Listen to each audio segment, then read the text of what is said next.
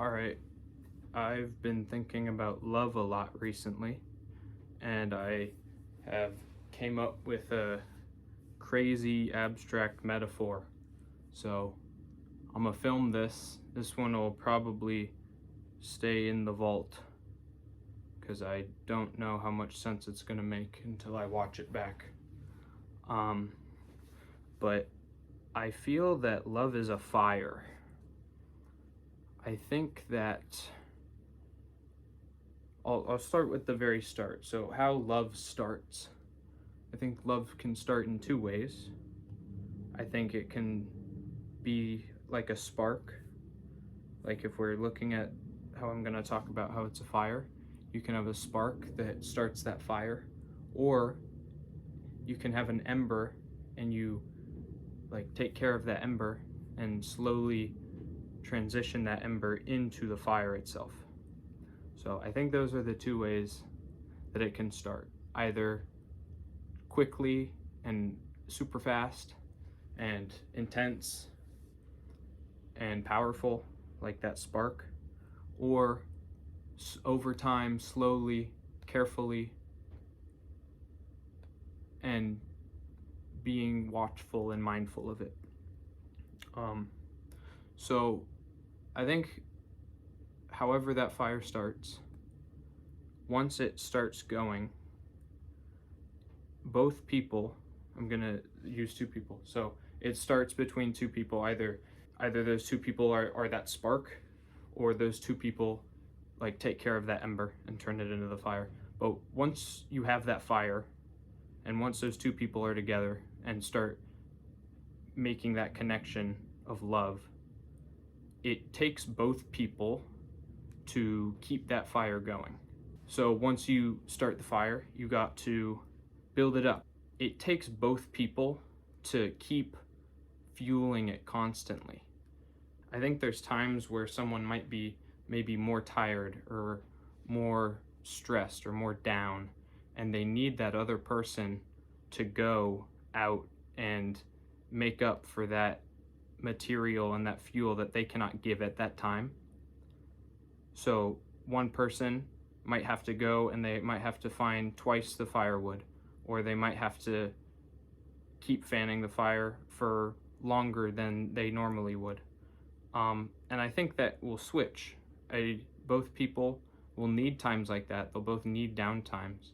They'll both need like those short breaks. But as long as both people are committed to keeping that fire going and they want to keep that fire going, even if someone needs to sit down and not get some fuel for a bit, or not go out and find more firewood for a bit, it's okay, because they know that the other person will cover for them, and vice versa. I think the problem comes up when one person gives up on that fire. If you need both people to take care of that fire and put all the fuel and keep it going for that love to be there, when one person decides that they don't want to keep that fire going, when one person decides that they don't want to take care of that fire anymore, I think there's a few different ways they can go about showing that. I think that one of the ways is like maybe they get like a bucket of water, right? And they just dump it over the fire and it puts it out right away.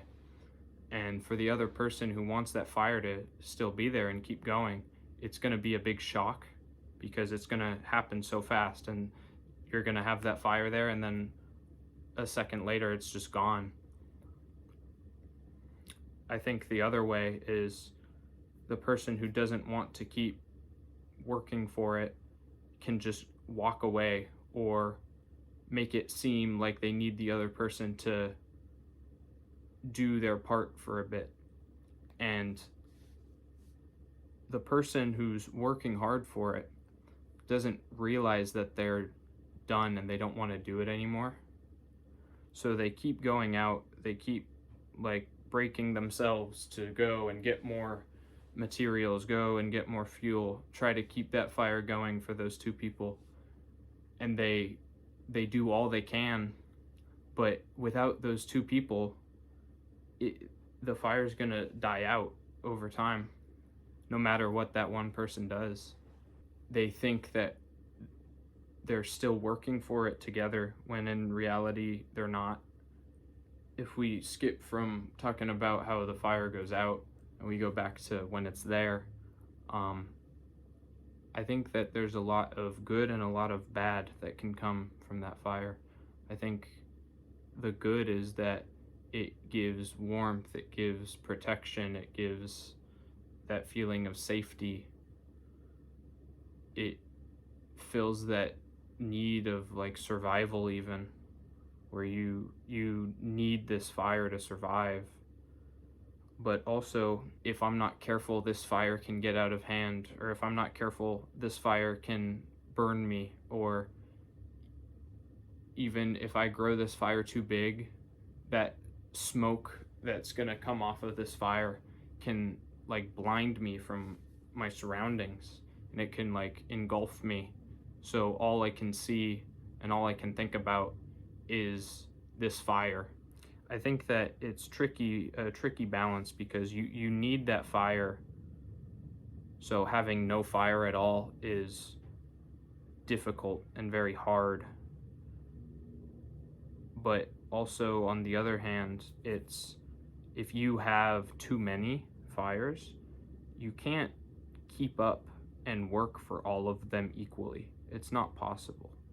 If you have multiple of these fires going, you need to really like sit down and look and see which ones you truly want to have, because it's unfair for both you and that other person to have to work for that when you're not able to give yourself fully towards working towards that. Because it's unfair for you and the other person when you're not able to fully commit yourself to that fire. Now that I did the metaphor, I'm gonna try and loop all the way back to the start and talk about it through the lens of how I view love. I think that just how there's like that spark and that ember, love can come up very quickly and unexpectedly and fast. Or you can see how it might be able to emerge, and then you have to work and nurture that in order to get it to a point where you can start that actual love connection. And I think if you're looking at that like spark, that like love spark, where it's quick and it's fast and it's unexpected, I think that one is more likely to scare people away, because it's so new and it's so overwhelming that it's difficult for you to almost accept that it happened or that it's there. Some people, maybe myself included,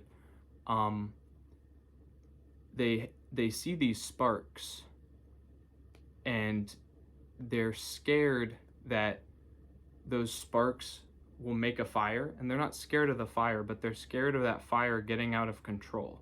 They're scared of that fire getting too hot, or they're scared of that fire spreading out into places it shouldn't, and they're scared they're going to get burned by that fire. So when that spark happens, they might not necessarily want to try and keep that fire going. Just as I was talking about how that spark can make that fire go up too fast, just how love, if you find that strong connection and you start putting everything you have into that, it's going to get overwhelming and exhausting really quick, because you're giving everything you have into it, and you're just going to like die out that way. Putting all your energy into that quick spark and that brand new fire that started so fast is really draining at times, and it's difficult because you haven't started this ember with this person and built it up over time. It just happened. So you probably don't even fully know this person. You don't know if they're going to go out and do their fair share, or if they're going to be able to cover while you're not able to, or if they're wanting the same things from that fire that you are. Maybe they just want that fire to feel protected, and you want that fire in order to feel like you have a safe place and a calm place. And if you don't want that fire for the same reason as they do, it can be tricky, because you're going to be each one of you is going to be building that fire for a different reason. And I got off track with the fire again, but if you're looking at love, it's the same thing. If one person, if there's that spark and you have that quick connection with somebody, and one person sees the love going in one direction and the other sees it going in the other direction, if that's not communicated and that's not decided and agreed upon of how each person can work towards one goal together, it can make that connection die really quick. And then how I was talking about, once you have that fire, there's dangers of like it might spread, or it might burn up and burn you, or it has all that smoke that can like cloud your vision. Relating that to real life is like, sometimes when you have that love, it can like change the way you see everything, and that's not always good, because you still need to see things for how they are. You can't look at things for what they're not. And having that strong love connection, and that love connection, that fire causing that smoke, can block out your vision for what actually might be there. And that fear of burning, that fear of getting burned, is the fear of getting hurt. Like, you know that because you have this love, you always have that thought in the back of your mind where this could go wrong. There's things that this relationship has, all these positives, but from those positives and from that good relationship, these bad things can stem from. And if I'm not careful, they will. And if I am not paying attention to it, if I'm not paying attention to how that fire is growing and getting bigger in the wrong direction, it will burn me. It will hurt me. It will injure me. But all the good things I was talking about, how that fire can give you protection, or it can give you safety, or it can give you a sense of home even. Love does all those things as well, where having that connection with someone makes you feel grounded. Having that connection with someone gives you a purpose. Having that connection makes you feel wanted. And all those things are feelings that we need to have as humans in order to, I guess, be human.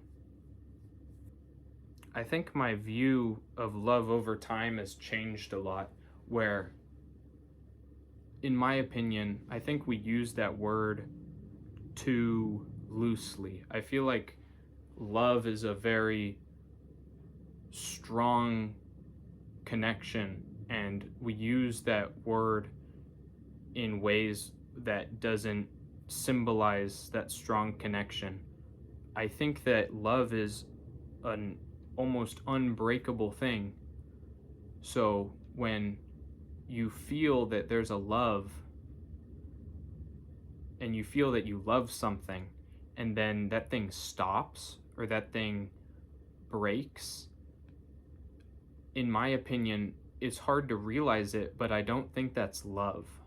I think it can seem like love in the moment, because that attention you get, and that those feelings you get, and that sense of purpose you get, all makes it seem like these feelings that you are having, whether it be attraction or whether it be safety or whether it be even something like pity, it can make those feelings seem like love in the moment. But then later on, when that relationship breaks or when that bond breaks, you will realize that it's not actually love that was there, because if it was truly love, it wouldn't have broken. The only examples of like true love that I have is examples of my family at this point, because all the other examples that I had where I thought it was love have ended that way, where it has broken and it has lost. The fire went out. Whether I wanted it to or not, it went out. So I look back and I can't say that, oh, that was real love, because in my opinion, if it was, it wouldn't have ended. But then when I look at what I truly see as love, which is the love I have for my family, I can look at different examples and I could look at, this was such a rough point, or this was such a hard point in my life or their life. And because we had that connection and we have that bond of love, it didn't matter how hard it got, and it didn't matter how much negative emotions were in that space between me and them, because that love connection, even though at the time it could have been hidden or it could have been like overlooked by these negative emotions, that connection of love was not able to be broken by those negative emotions, because it was actually truly love. I think because I have such this strong definition in my head of what love is to me, it's made the other examples of what I thought was love be very difficult for me to it's like the term, like it's hard pill to swallow, right? Where it's really hard for me to look back at examples of what I thought was love and try and look at it in my head where, okay, because it ended, because it's not there anymore, it could not have been love. It had to have been me with like a clouded mindset. Maybe I thought it was love because that person cared for me and I really felt like I needed that, or vice versa, I really cared for that person. Quick side note on care, I think that you can care without loving. I don't think you can love without caring, if that makes sense. But back on point. But like I really cared for them, or they really cared for me, or I was really attracted to them, or they were really attracted to me, or they fulfilled what in my head I thought were needs, and I fulfilled what they thought were needs. I say what I thought and what they thought were needs, because if they were true actual needs, then you would not be able to go without it. But all these reasons of all these connections made it seem like there was love between me and this person, me and these people, but it wasn't. It was just clouded judgment in the moment and connections that were actual connections, but it wasn't a connection of love. So the difficult part for me is now looking back at those examples and having to admit to myself that, Henry, that's not actual love. You cannot look back at that and say, I cannot look back and say, oh, but I loved them. Oh, but they loved me.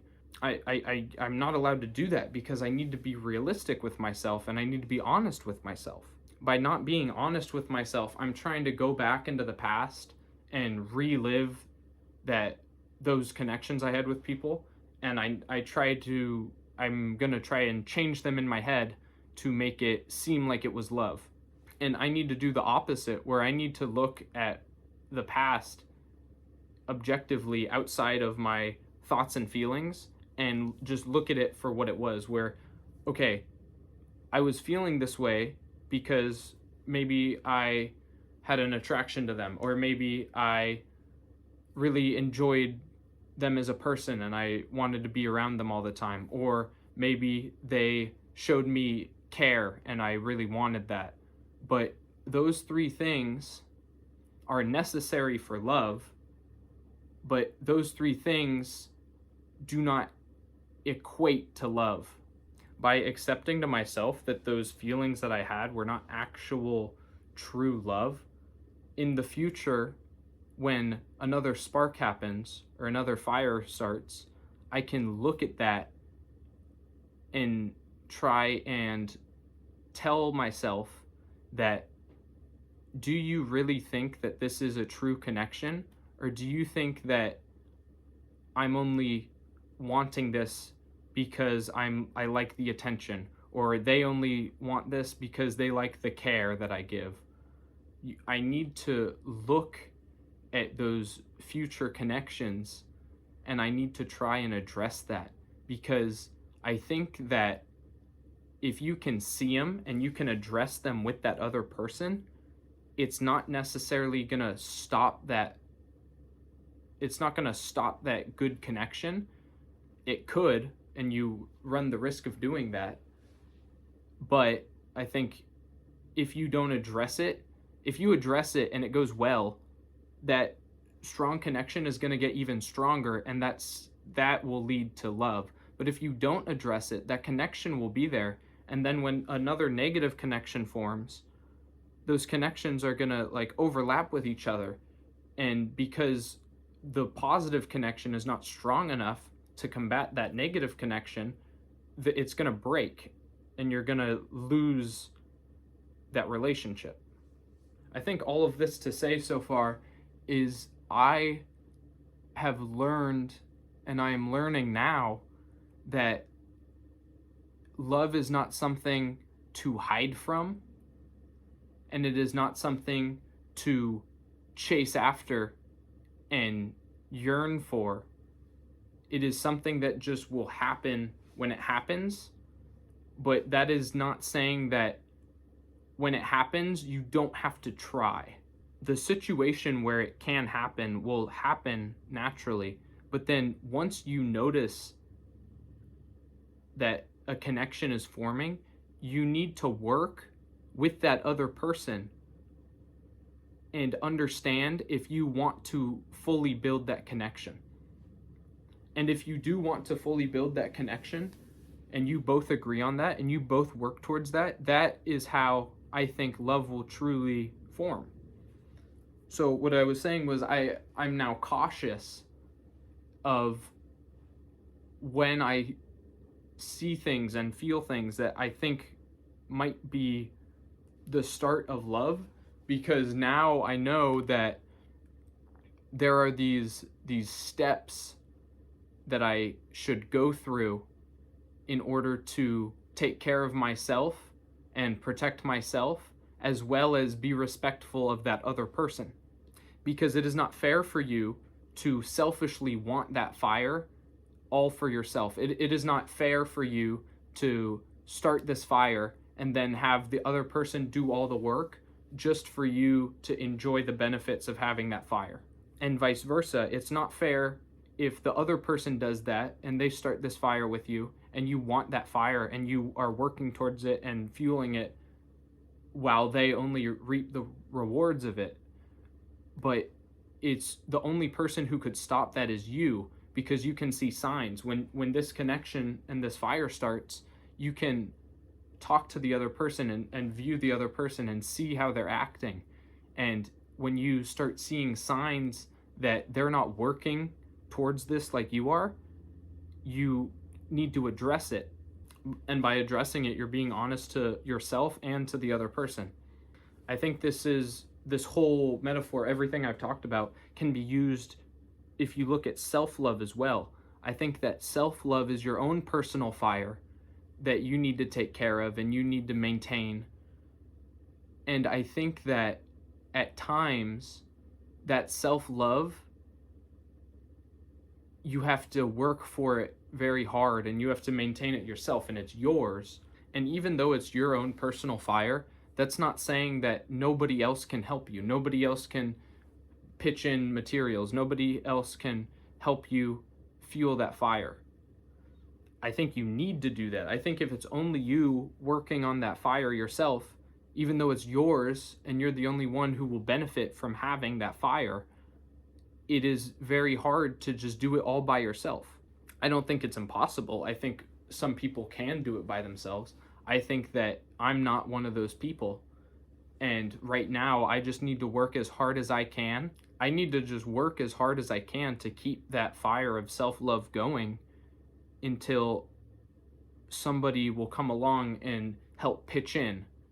You want people to help pitch in, but what you can't do is you can't leave your fire and get up and not maintain it to go and find other people to help you. You cannot ignore your own self-love and then go out and try to find other people to give you self-love.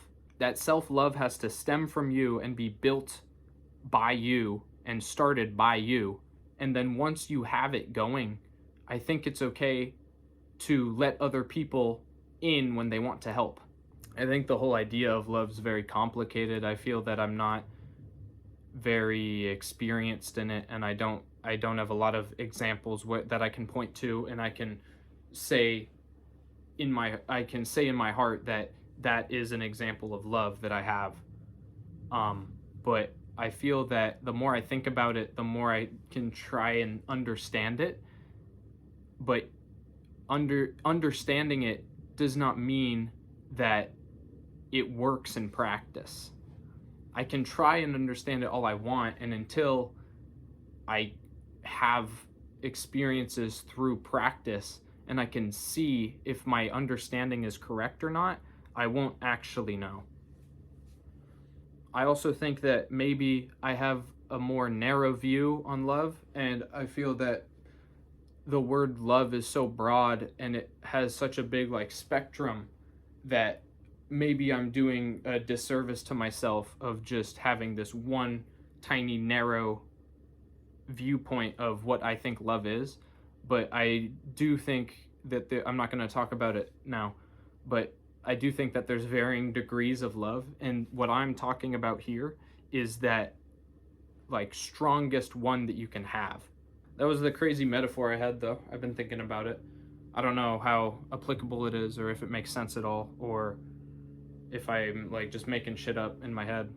But I think that in my experience, I can see a lot of the similarities between that metaphor that I created and that actual real world experiences, where I can point to my real world experiences and see oh, this is when I was working for that fire and the other person wasn't. Or this was an example where I had to go and I had to just put out that fire because I couldn't handle it anymore.